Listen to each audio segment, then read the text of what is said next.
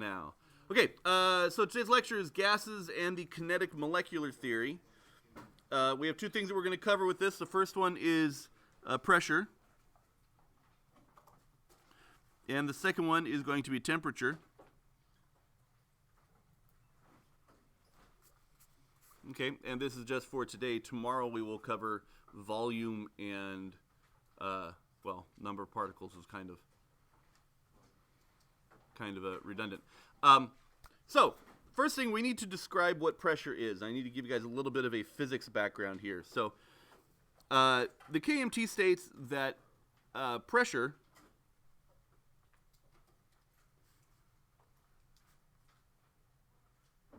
is caused by the collisions of gas particles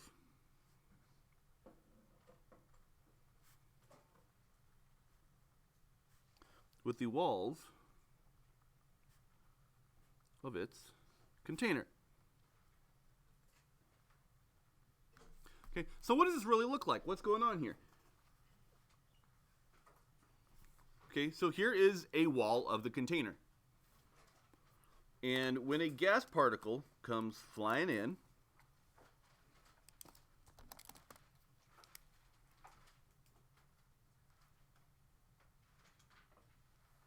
okay, it will hit the wall right there, and then it will bounce off.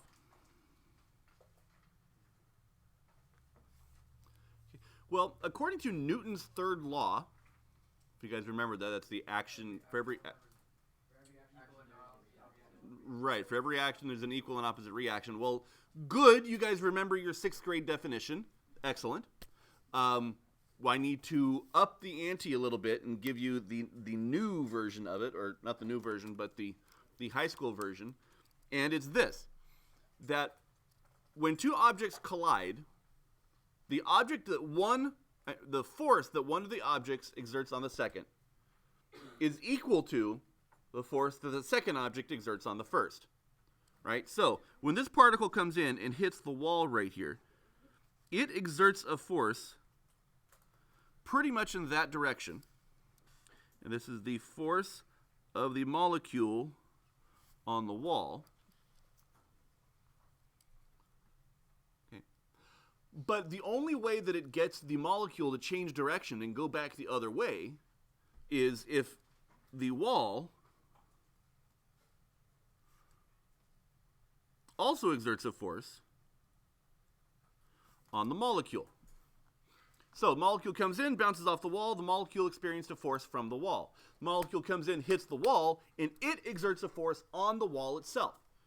Okay, and so we have these two forces going on. They collide and they bounce off.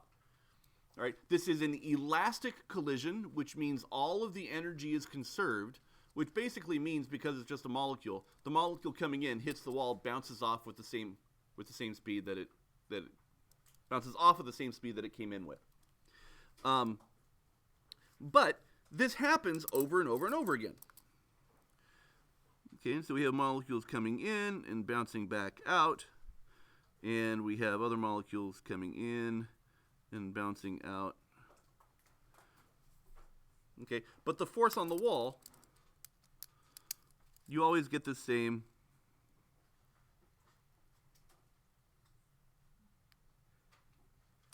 you always get the same pairing, and the force may change, okay, depending on the direction of the molecule, depending on the speed of the molecule, but this creates a cumulative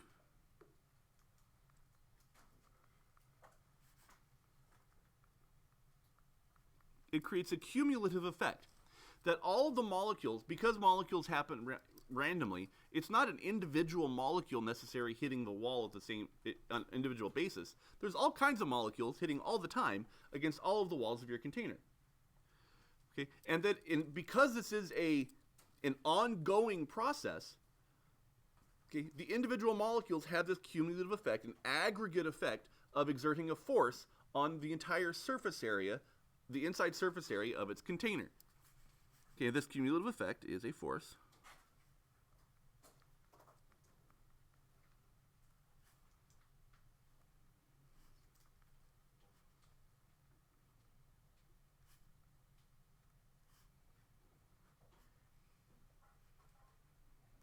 Okay? So it's a total force over the surface area of the wall. Now, I know the screen. I'm waiting on Shubin. Okay. Well, this idea of a force over the surface area is the definition of pressure. In fact, we define pressure is equal to the sum of the forces. That's what that sigma means. That squiggly E is the Greek letter sigma. Okay, and it means the sum. It means you add all of them up. So it's the sum of all the forces, the force of all the collisions, divided by the surface area of your container. Now we simplify this to call this pressure equals force over the area. The units for this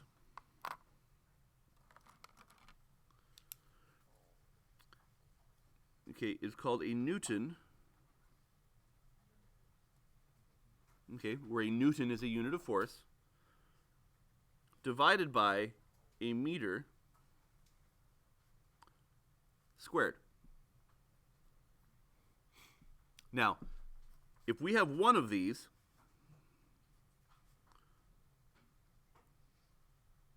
okay, so if we have 1 Newton per meter squared, this is called 1 Pascal. Yes, this is the French mathematician that gave you Pascal's triangle, right? That's this guy. Okay, this was named after him, Blaise Pascal. Pascal. No, not Pesco. It's Pascal. This is Pascal. All right. To give you an idea of how ridiculously small this is, imagine taking. I'm going to show you what 10 Pascal is. If you remember that we had our meter, right? That was this long, right? It was our outstretched arms. Oh, not really outstretched, but like essentially distance from elbow to elbow is a meter. And then when we found 1/10 of that, we cut it down to about this much. All right, and then when we took that and we made a cube out of this distance, we found this volume of space, this approximated volume of space right here. And then if we filled that with water, that was our general definition for a kilogram, right? Okay. Well, 1 kilogram exerts a force close to the Earth. So if you're holding 1 kilogram, it exerts a force on your hands, okay, of about 10 newtons. It's 9.8 really, but but we'll call it 10 newtons for right now. So if you take 1/10 of a kilogram, we'll just call it 1 kilogram, and that 1 kilogram is also 1 liter of water. So if we take that liter of water and we spread it out over 1 cubic meter, which is roughly the size of 2 of our elongated dry erase boards next to each other. Okay, is roughly 1 cubic meter, 1 square meter. And we spread that water out over that entire area. The force that it exerts, it's going to be pretty thin, right? And the entire force that water exerts on that area is 10 pascals. 1 Pascal is a very, very small value.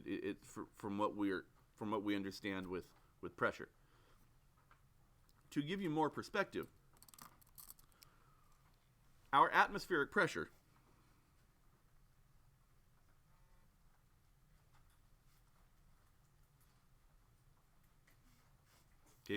atmospheric pressure, and I should just write that more neatly.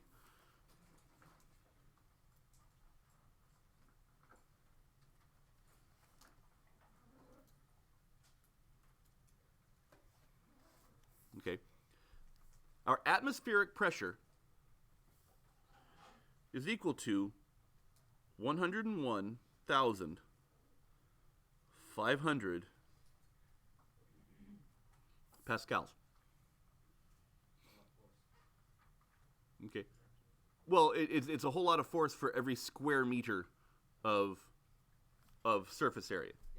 Okay, that's what we exist. And this comes from, all this comes from, it is gravity pulling down on our atmosphere. That's what it's just, we have all this gas up above us, and the gravity pulling down on the gas, and we're at the bottom of it, right? The rest of our atmosphere, all of our atmosphere is above where we are, okay? And so we are supporting the amount of atmosphere that's directly above us, and essentially weighs 101,500 newtons for every square meter. Well, we don't use Pascal as an everyday unit. What we use, in order to shrink this number a bit, is we use 101.5 kilopascals as our everyday unit. And this equals, this is our standard pressure.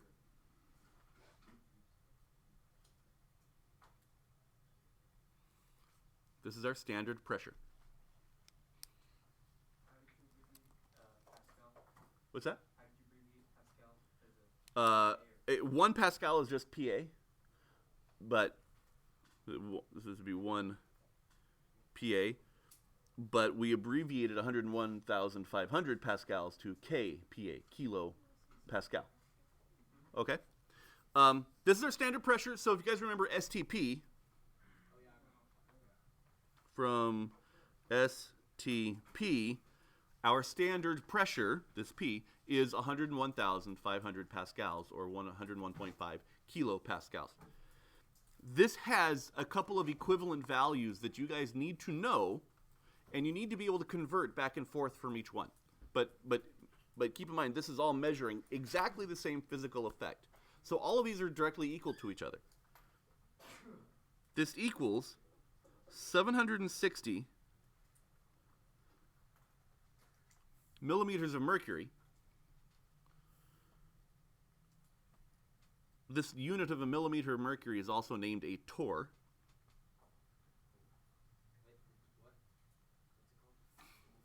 A torr, T-O-R-R. It is named after, I think it's Alessandro Torricelli. Okay, he's an Irish guy. No, he's Italian. And we have a story tomorrow. Tomorrow we have story time about Alessandro Torricelli, and it's a cool story. Okay, we also call this amount, this 760 millimeters of mercury, 760 torr, 101.5 kilopascals, is also equal to, you ready for this? 1 atmosphere.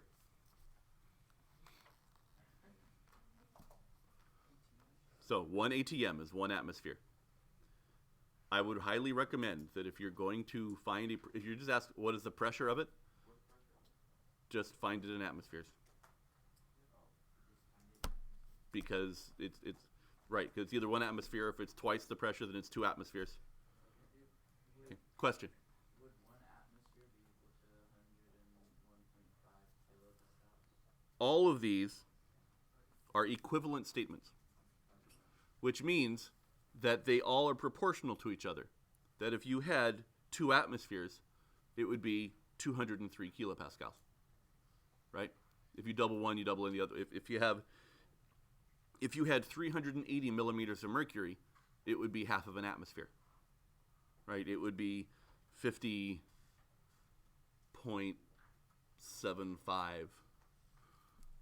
Right? So they're all proportional to each other. And in your homework tonight, you will be expected to convert from one to another. And that's part of the practice, is converting from, if you have 1,360 millimeters of mercury, how many atmospheres is that? How many kilopascals is that? Okay. So that's the idea of pressure. So the real quick review, what I want you guys to remember. Pressure is caused by the collisions. The collisions exert forces on the walls, and the force from the wall that causes them to bounce in is equal to the force on the wall that keeps them expanded. Okay? And it's the force divided by the area that equals our pressure. Know what I'm saying? Okay. That's pressure. Now we have temperature. The total force of the molecules hitting the walls of the container divided by the surface area of the container equals our pressure. Okay, to simplify that, we just call it force divided by area. Okay, and it doesn't have to be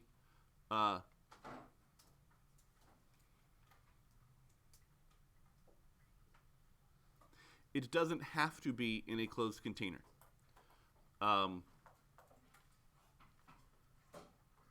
Sails on a sailboat, for example, it's not a closed container, but it experiences a differential in pressure because you have fast air going on one side and you have slow air going on the other, and that creates this force differential.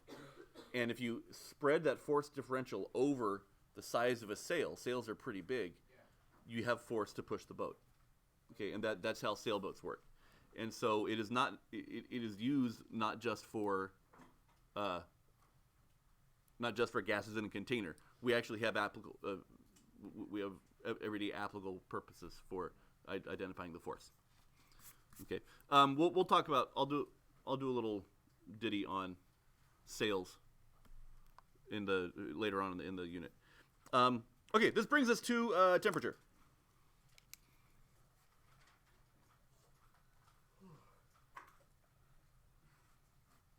Okay, temperature, according to our KMT, is proportional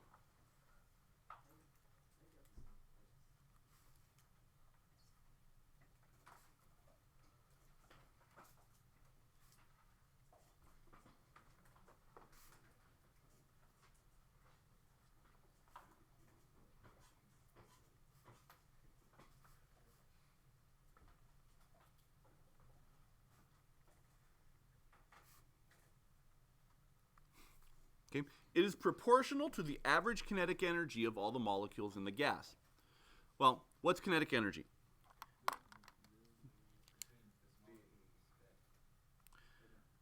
Kinetic energy is equal to 1/2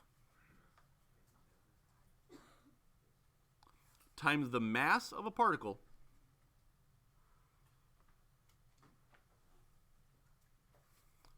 times the speed squared, or we shorten it to 1/2 mv squared. Okay, so mass and speed. So if you have two objects of different mass, but they travel at the same speed, the more massive object is going to have more kinetic energy. If you have two objects that have the same mass, but two different speeds, okay, same mass but two different speeds, the object with the greater speed is going to have greater mass.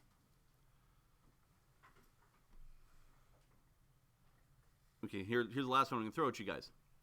You have two objects. You have a heavy object, okay, so we have one object so here we have m, and we have another object that has a mass of 2m. All right? This one is traveling at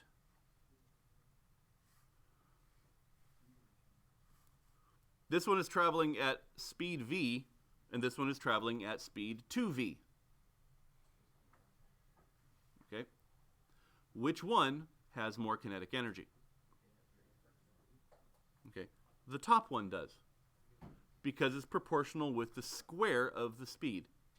So speed actually has more of an effect than mass on objects having kinetic energy. This one would actually wind up being 2 mv squared would be the energy on that one, and this one would just be mv squared. This one would actually wind up having twice the kinetic energy of the one on the bottom. Okay, so when we increase the temperature of a gas, because the particles are all the same in the gas, what we're really doing is increasing the speed. Yeah? And we make the molecules move faster. Yeah? All right. Now, to further explain this, we need to draw a graph here and show you how average kinetic energy works.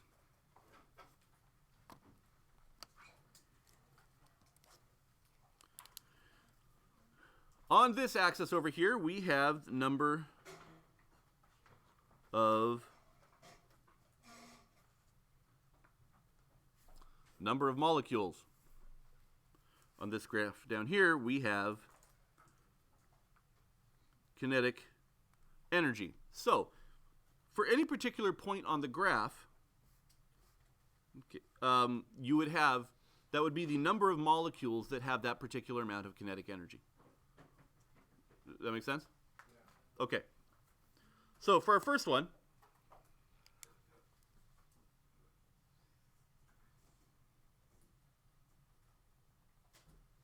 okay. Okay, this is what it looks like. Yes, this is what's called a Gaussian distribution, also known as a bell curve.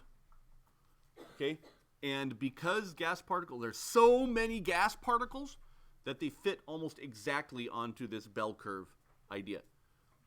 All right, now, for those of you taking stats right now, this is an eye roller. Okay, oh boy, okay, but you guys have seen this before. This value right here represents the average. That means that this value for the kinetic energy is the average kinetic energy. Yeah? Okay. This would be proportional to our temperature.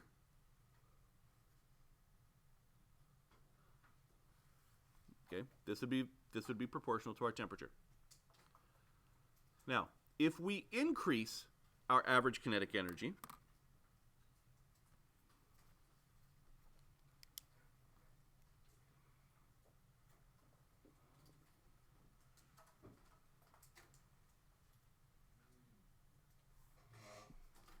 okay,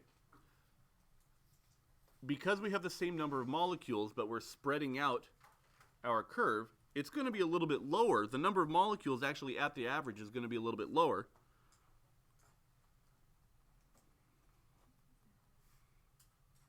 But this would be a new temperature. And so the distance from here to here would be our change in our temperature.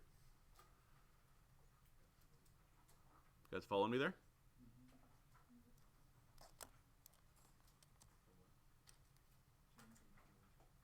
Okay, so this is delta T, and this is just a new temperature. If we were to decrease our temperature,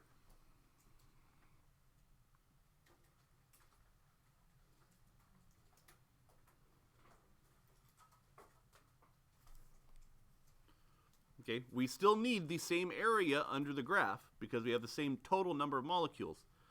But now all of a sudden, this becomes a new temperature, and we have decreased, our temperature. You guys following this? Okay, this would still be our average. That's a medium temperature. That's a higher temperature. And we can go all the way out to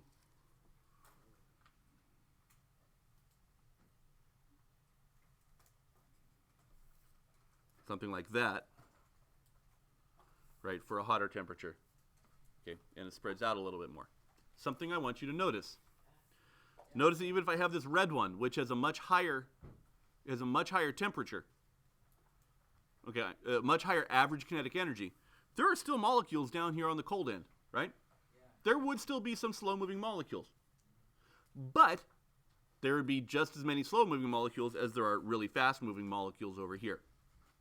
Okay, we will refer to this idea of this graph here a little bit later when we start talking about evaporation and condensation and that sort of thing, and how that happens, because evaporation is an interesting process.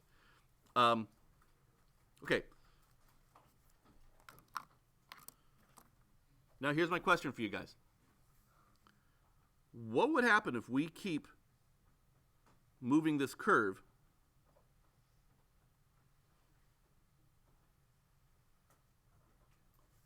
so it looks like that?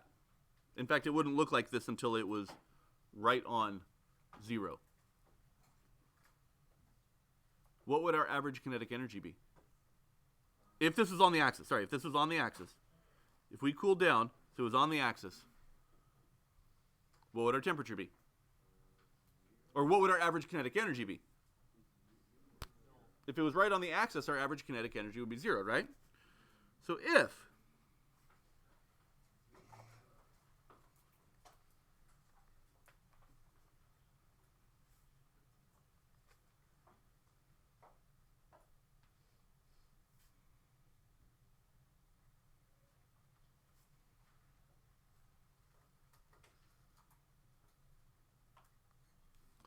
okay, if our average kinetic energy equaled 0, what would happen to the molecules?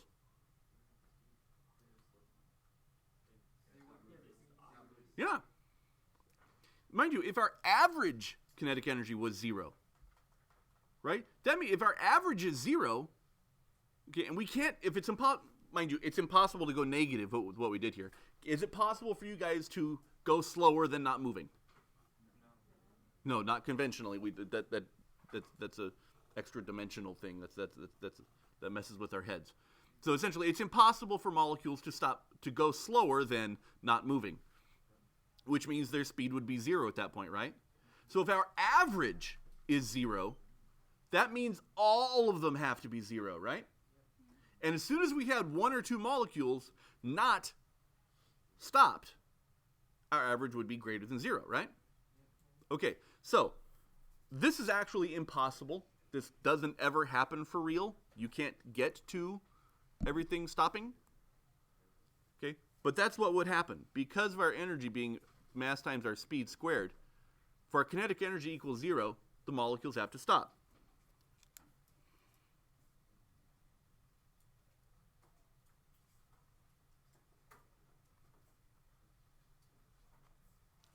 Okay, we have a term for this concept, and it is called absolute zero.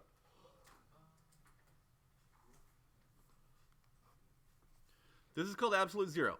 At absolute zero, all molecular motion stops, and some really trippy things happen. Okay, gases should disappear. The problem is that molecules actually do have a teeny tiny bit of volume to them, even though the KMT says that the space between the molecules is great enough that we can consider the particles have zero volume. They actually do have some volume, okay, and that causes problems with this whole situation. But at absolute zero, all molecular motion should stop. Okay. And this has value, this absolute value, we know what temperature this is. It is equal to negative 273 Kelvin. Celsius. Right? Or negative 459 degrees Fahrenheit. But doesn't it make sense that if we're going to be talking about temperature being our average kinetic energy, that if we have no kinetic energy, shouldn't we also have just zero temperature? We say that they're proportional, right? So we have this new scale, and we've taken our Celsius scale, and instead of making 273 the lowest possible, we set that value equal to 0. Okay, and this is called the Kelvin scale. Absolute zero is 0 Kelvin. Okay. All right. That means that the freezing point to water, which is what Celsius is based on, 0 degrees Celsius is the freezing point of water. The freezing point of water is now 273 Kelvin. Okay. And the boiling point of water is 373 Kelvin. We just shifted the whole scale down so that this bottom value of Celsius, we set it equal to 0, and we start counting up from there. With each Kelvin degree is equal to a Celsius degree. It's the same amount of increase. Okay? All right. Using this concept, another part of your homework is you're going to need to be able to convert from one temperature to another temperature. And so here's how we do it. Kelvin equals your Celsius temperature plus 273.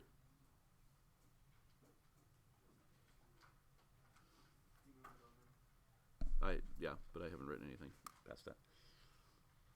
Okay. Fahrenheit temperature equals 1.8 Celsius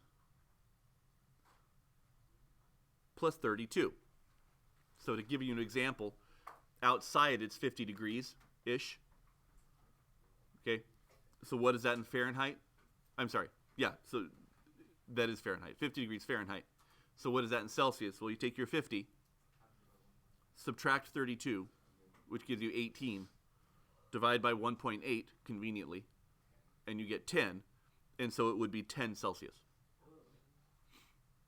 Okay, that's how you convert to the other one. Okay, and so that's how you talk George's language. Okay, it's 10 Celsius outside, not 50 Fahrenheit. Okay, so you will be expected to be able to use this to go back and forth between Kelvin and Celsius and Fahrenheit, but these are the equations for it. You will be expected to be able to convert back and forth between the pressures over here. Okay. One other thing. Standard temperature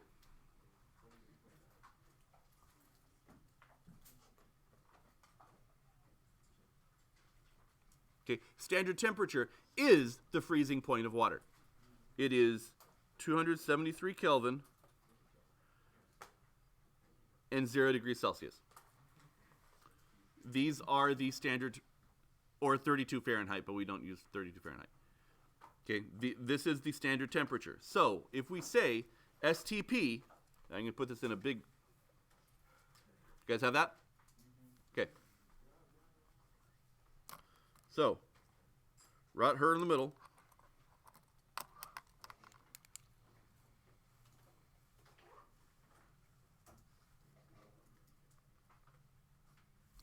STP is 760 millimeters of mercury, 101.5 kilopascals, or 1